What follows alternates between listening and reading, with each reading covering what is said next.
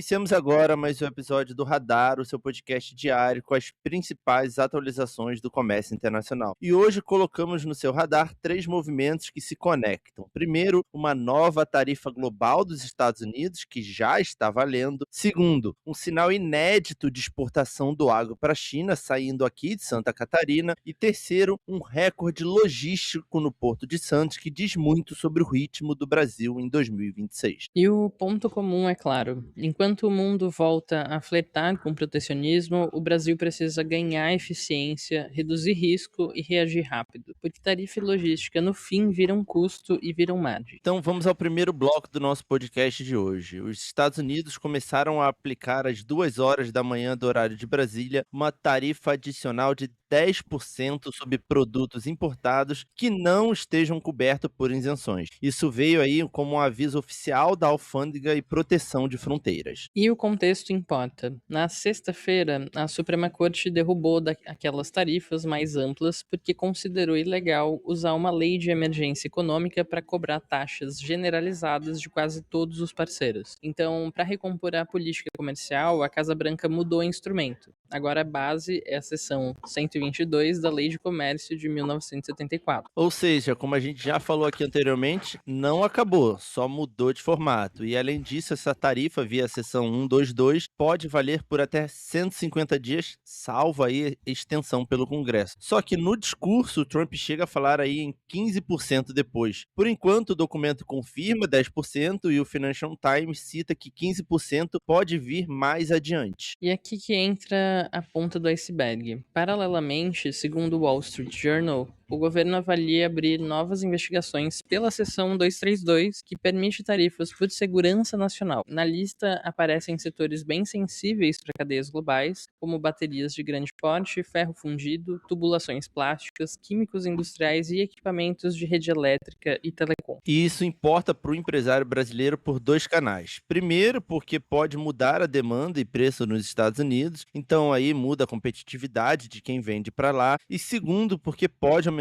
o custo de insumos em componentes no mundo inteiro. Então afeta aí também quem importa para produzir. Agora, o detalhe do Brasil. O país entra na nova tarifa, mas sai relativamente beneficiado versus o cenário anterior. Economistas do Bradesco dizem que, como o Brasil estava entre os mais onerados antes, o efeito líquido tende a ser positivo agora, em comparação com os outros parceiros. E tem números bem relevantes. Mesmo se essa tarifa subisse para 15%, houve aí uma relação estimada de 10 pontos percentuais na taxa efetiva, para algo aí perto de 13%. Além disso, segundo cálculos do Goldman Sachs, o impacto direto atinge cerca de 16 bilhões de dólares em exportações aos Estados Unidos, algo aí como 0,7% do PIB. Para lembrar, as vendas totais do Brasil para os Estados Unidos giram em torno de 2% do PIB. Só não dá para relaxar. As tarifas setoriais por segurança nacional seguem de pé.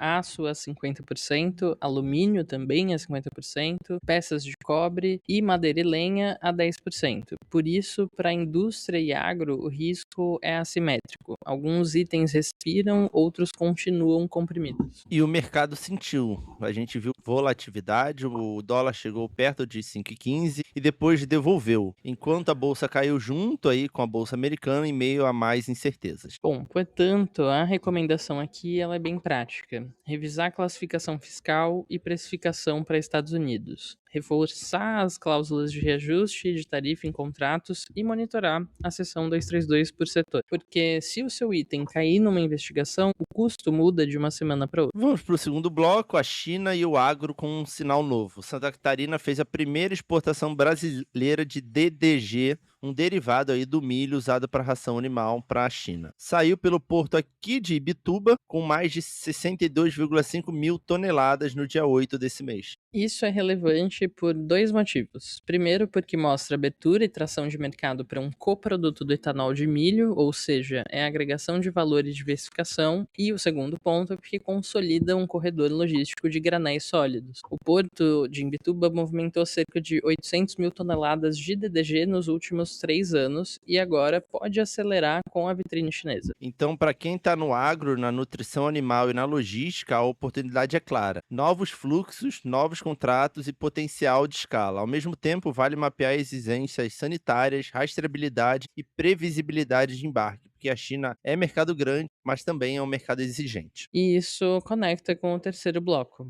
Capacidade logística. O Porto de Santos teve o melhor mês de janeiro da história. Foram 12,7 milhões de toneladas em janeiro de 2026, alta de 9,5% contra 2025 e acima do recorde anterior, inclusive. Em container, foram 467 mil TEUs, também recorde para janeiro. E o motor segue sendo o agronegócio. O açúcar cresceu 36,8% e chegou aí a 1,57 milhão de toneladas. Já o complexo de soja subiu 79,6% com 1,56 milhão. Além disso, foram 446 atracações, alta aí de 2,5% no ano. Quando o mundo fica mais tarifário, logística vira uma vantagem competitiva. Esse é o recado. Então, quem exporta deve olhar a janela de embarque, custo de armazenagem, SLA com operadores e seguro. E quem importa precisa planejar lead time com mais folga e travar custo quando fizer sentido. Para fechar,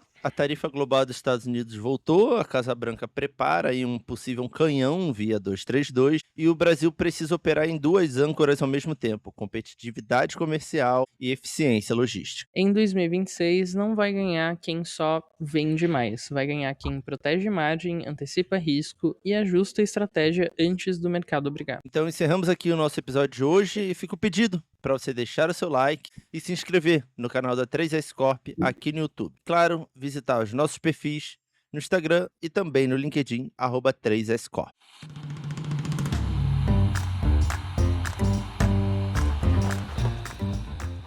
Mas se você ficou com alguma dúvida, deixa aqui nos comentários. E se quiser saber mais sobre os impactos dessa e de outras notícias na sua importação ou exportação, estamos no YouTube e também no Spotify de terça a sexta, o Giro de Notícias para deixar no seu radar.